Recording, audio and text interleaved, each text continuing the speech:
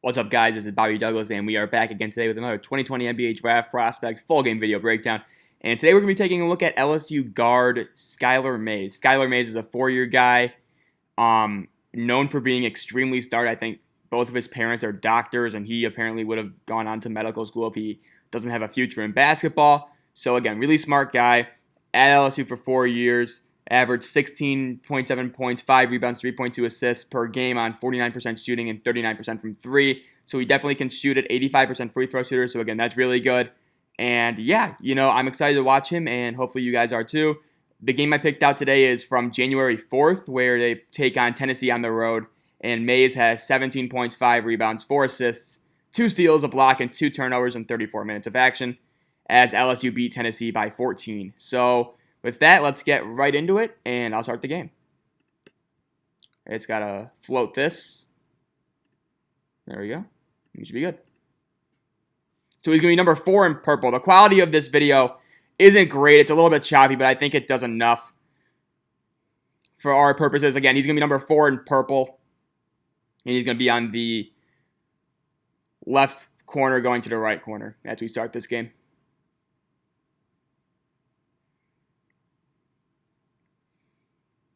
Skylar Mays is known as a guy who can knock down big-time shots. Good shot creator off the dribble. Even though he's not super quick, he just knows how to get to his spots. Plays at his own pace. Can turn the ball over a little bit too much for my liking. He had some catastrophic games this year where he had, 7 or 8 turnovers. That time he got a really good steal, just trailing his man, and then it leads to almost a basket. But again, he's seen as a very good defender despite not being super quick, just very fundamentally sound, always in a good position and in a good stance.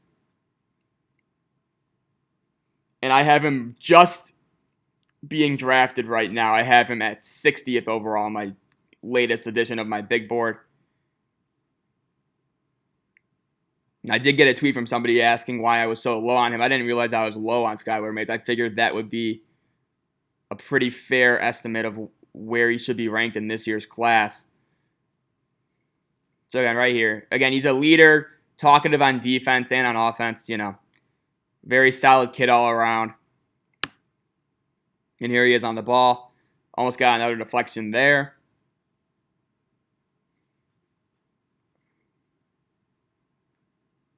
And there's Yves Pons, obviously, who I like a lot in this draft. I think I have him 59th, actually, or 58th, but very high on Yves Pons. And here's Mays, just always ready to shoot, too. His shot form is really good. No concerns there. And again, a 39% three-point shooter.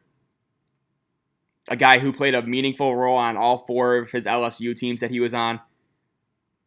He's a 4-year guy. That time he almost got another steal. And, really, really good hustle from him right there. Went up, got the deflection, and then ultimately chased the ball out of bounds, throwing a nice behind-the-back pass to his teammate, ultimately leading in a basket. Really, really good stuff from Skylar Mays right there.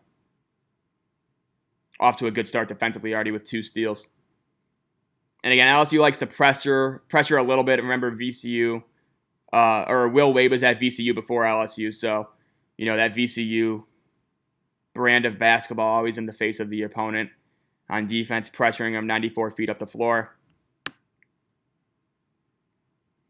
Again, he's in the corner right now. Let's see if they hit him on a skip pass. They didn't, but Javonte Smart got the lay-in. Or the floater, I should say. And again, look at Mays. He's always in a great stance defensively. When you notice him, he's just very fundamentally sound on defense. And again, he doesn't really play with a whole lot of quickness. Right there, he did a decent job closing out, but it was just a matter of Vescovi hitting the 3. But he doesn't really have elite level quickness or burst. So I think he's more of a spot-up guy in the NBA, just at the off-ball position. And again, he's only 6'4", but 205, so he's pretty built. Again, I do like how active he is defensively, always trying to reach for deflections and things like that. Right there, he got burned again, kind of, and Vescovi hit another 3 in his face.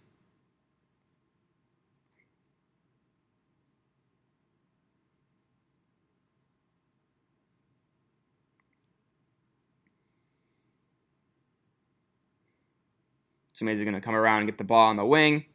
See what he does here. I don't know what that was. That was just a poor play overall. Not on Mays, but I think that was on Smart to Days. Smart to Williams, maybe. Pretty decent rebounder for his size, averaged around 5 per game. Again, he does have a pretty thick frame at only 6'4", so he is able to kind of bang down low against slightly bigger people and compete for rebounds. That's very bad pass. I don't even know who that was going to. Woo! Jordan Bowden to John Fulkerson. Jordan Bowden, or is it Bowden? Jordan Bowden, I think. He's a guy who wasn't in my top 100 initially when I didn't release it, but I just drafted it. But then with a few guys falling out and me just kind of forgetting that he existed, I think he's definitely going to be in my top 100, and he probably will be in the, not the upper half, but the upper 3/4 of it, just because I really like his game. Yeah, commercial here.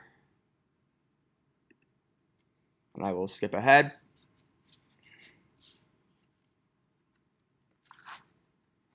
Mays goes out here, so I will skip ahead to 9:52 is when he comes back in.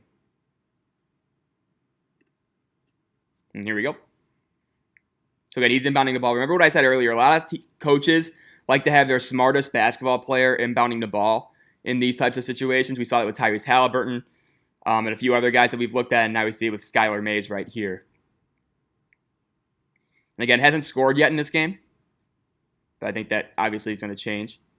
But I do like his game for the modern NBA. He's a guy who can defend well on the perimeter, and then he's a guy who's comfortable coming off of screens and getting that shot up. Again, not elite level burst or quickness, and I do think that will hinder his NBA career a little bit. But if he can shoot the ball at the rates and percentages that he did in college, I think he'll be a very solid NBA player, assuming he gets drafted to the right team and finds his niche.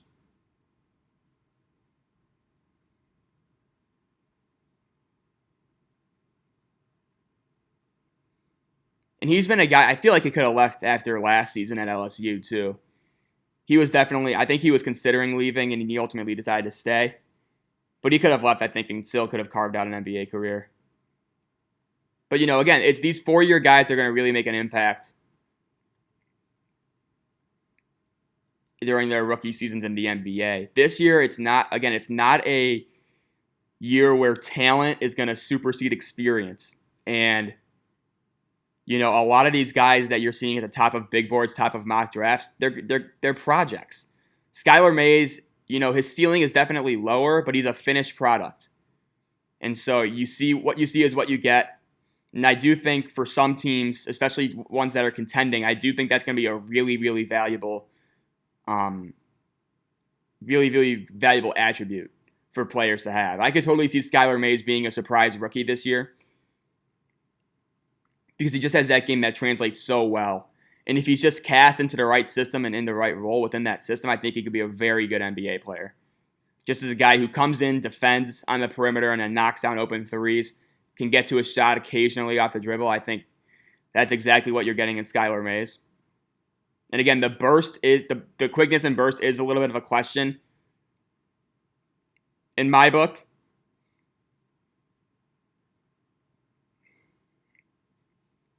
But I think he will definitely be a valued addition for an NBA team. So here he is bringing the ball up the floor. Let's see what he does here. And again, so right there you see just didn't really have a lot of speed or quickness on that play. He just barreled right into the defender. He's not very solid off the dribble, so that makes me a little bit nervous, because that's just not a smart play for Skylar Mays, because again, the quickness just isn't there, the burst isn't there, the separation isn't there. And so that does make me worried just that he might just end up floating around a three-point line on offense, which, I mean, those guys can be valuable, but you really need to be a really, really good shooter to do that. And so I do think I worry about Skylar Mays in that regard, where, again, just sometimes his quickness isn't really there, tends to overthink and rush certain decisions on the court, especially on offense. Defensively, I think he's pretty good.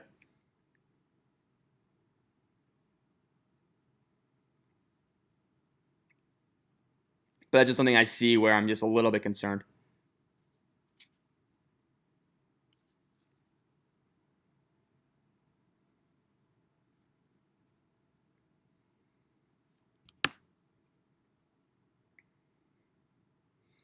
But he definitely is a guy where if you give him an inch of space, he will get a good look and he'll make it with relative frequency, I will say.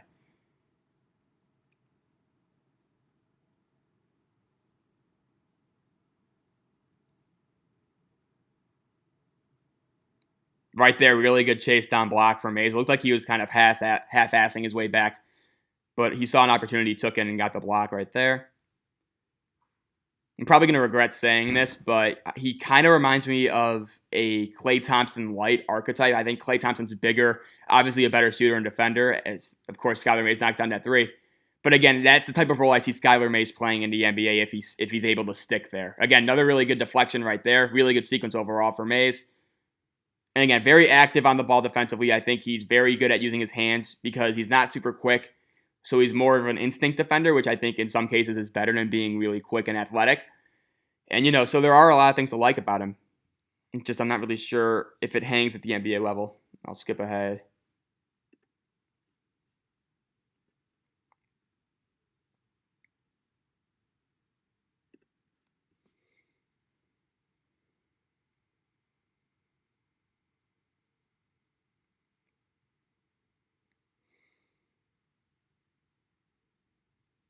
So I see like a Klay Thompson light, maybe like a Norman Powell type, a guy who's a little bit undersized for it to be an off-ball guard, but can just come in, defend, and shoot the three well. Norman Powell obviously has a lot more athleticism than Skylar Mays, but I do think Skylar Mays is one of those guys in that type of mold. Right there, that's not really a smart play for Mays. He just kind of bull rushed towards, I'm not sure who that is for Tennessee, but again, just trying to go for a steal that probably he had no business of getting. I'm not really sure what the thought process was there. And Mays goes out here again, and he's in at 24-32, so I'll skip ahead there.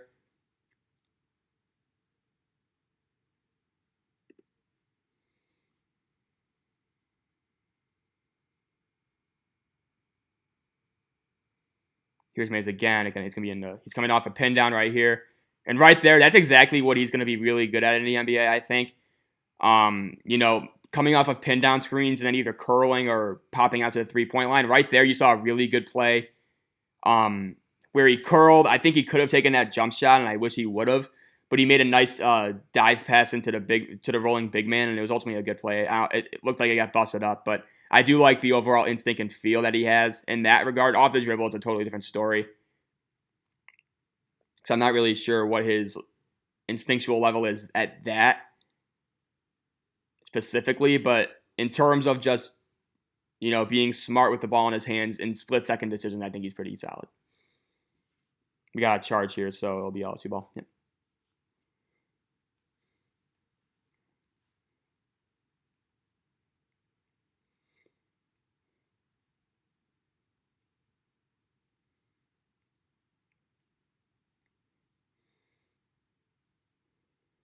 So here's Mays. Let's see what he does here. I don't know what happened there, but it was a solid read from Mays right there, I will say. He made the right play. Again, maybe pull up for a little jump shot right there. I wish he would do that a little bit more. So he's very good at that, actually. I think he's a very fluid off-the-dribble shooter when he gets that little pocket of space in the mid-range area. I get wanting to be unselfish, but I wish he would take that shot a little bit more often.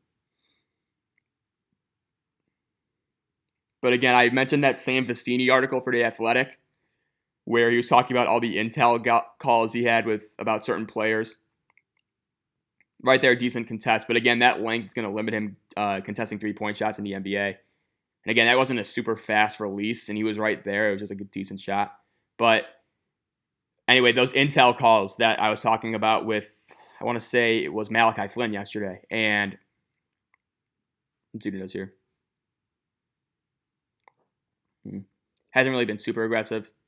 Again, pretty crafty, just pretty swift dribbler, I would say. Nice kick out for three for Javonte Smart from Mays. But, those intel calls, Skylar Mays was another guy who was listed on there, and he was seen as being really, really smart. Obviously, I mentioned that both of his parents are in the medical field, and apparently he would have been as well had basketball not been an option for him. Right there, he had a nice take towards the lane. Pretty slips. I wouldn't say he's quick, but he's definitely slippery a little bit. I think he does have a little bit of wiggle to his game where it's almost underestimated when a defender's guarding him because he doesn't really look like he's accomplishing much with his motion, but he's very good at getting to his spots with a limited range of motion, I would say. But again, he was one of those guys on those intel calls along with Jared Butler, along with Malachi Flynn. Xavier Tillman was another one. So NBA scouts certainly like him, and he, before the interviews and all these things started happening, Mays, I would be seen as a guy who is on the fringe of getting drafted or not getting drafted. Now people are starting to think that he definitely will be taken with one of the 60 selections in October. Draft, by the way, got moved to October 16th, so it's on a Friday, which is actually awesome. I don't have to worry about any homework, even though won't have any classes on Friday, but I can watch it. I'll definitely be live tweeting the draft, by the way. I know it's a little bit of an early notification, but, I'm excited for it. I'm excited to get this draft class behind us. I love looking at players, don't get me wrong, but I really want to go on to 2021 guys and start looking at them as well, because I think that class is going to be awesome. Here's Mays, really good pass, immediately saw the defense. Again, I think he's really good at seeing the floor. I think just sometimes he gets a little bit lost in his dribble motion, and it tends to lead to fast turnovers. I don't think he has any issue seeing the floor. So I love what he does. He'll do this a few times a game too, where he just palms the ball and he just kind of like moves it around with one hand. I love when players do that. I think it's really cool. It doesn't really add any value, I would say, but it's just really fun to watch.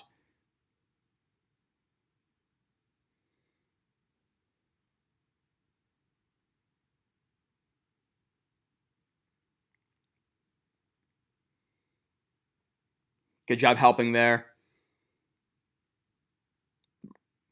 I don't know how that was a moving. It looked like Mays bumped into Taylor right there instead of the Tennessee guy. That's kind of funny.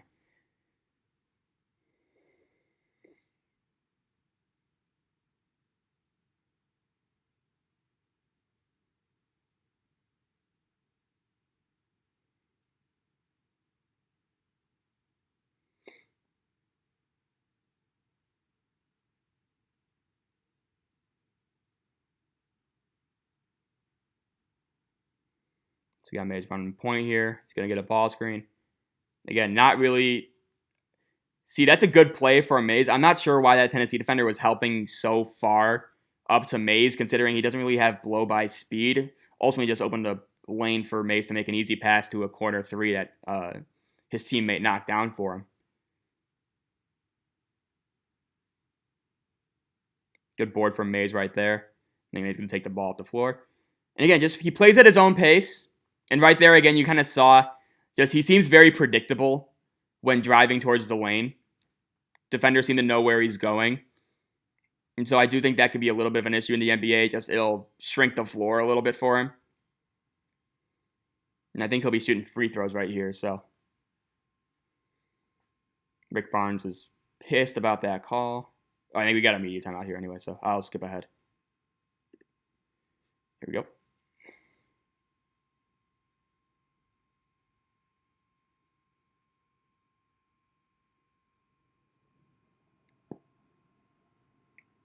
Again, 85% free throw shooter, so obviously whenever you see a guy shooting in the mid to high 80s and then above that, it just tells me a lot about their discipline, because free throw shooting is one of those things where if you just obsessively work on it constantly, you'll get good at it. And so when I see a guy like Mays who's shooting 85% from the line this season, I mean, I think it does tell a lot about the work ethic behind this kid.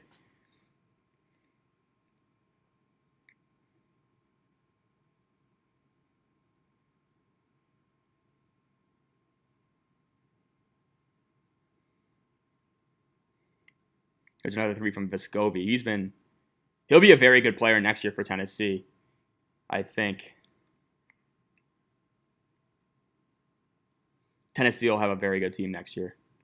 They got 2 5-star guys coming in. I think Jaden Springer and Keon Johnson, I want to say. It's a nice feed from Mays. I think he made that pass right there to the weak side corner. Ultimately didn't result in anything. If that wasn't him, then oh well, but might have missed it. Good job contesting that on the rim.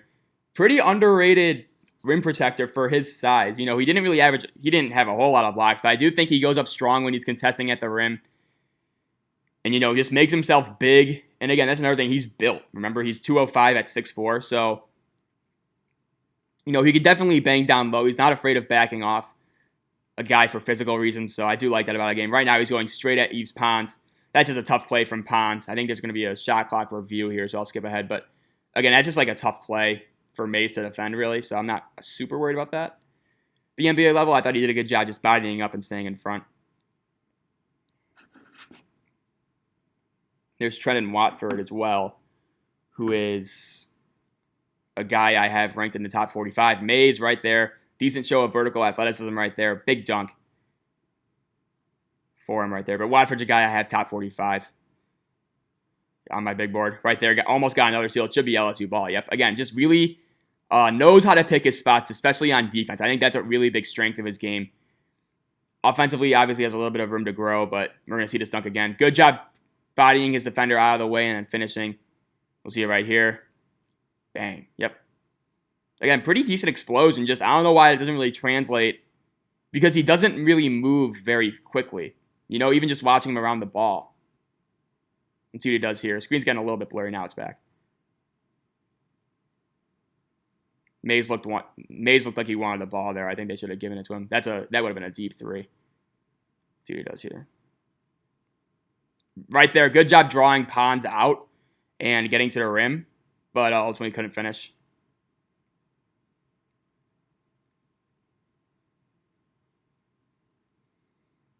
There's Javonte Smart. He's going to finish this big time.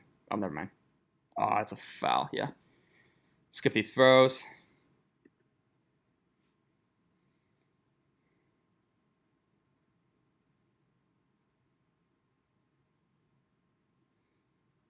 The stats department at ESPN right now, or the graphics team, is really is severely lacking in quality, I will say. I believe Mays is actually out here. So he's out for the rest of the first half. I think he had 2 fouls, so they're just trying to limit him to not picking up a third or a second in that case. But I'll end the first half video here, and then I will get back to you with the second half, and we'll see you then. Thank you guys for watching. Make sure to like this video and subscribe if you haven't already. And yeah, we'll see you for the second half. Thanks.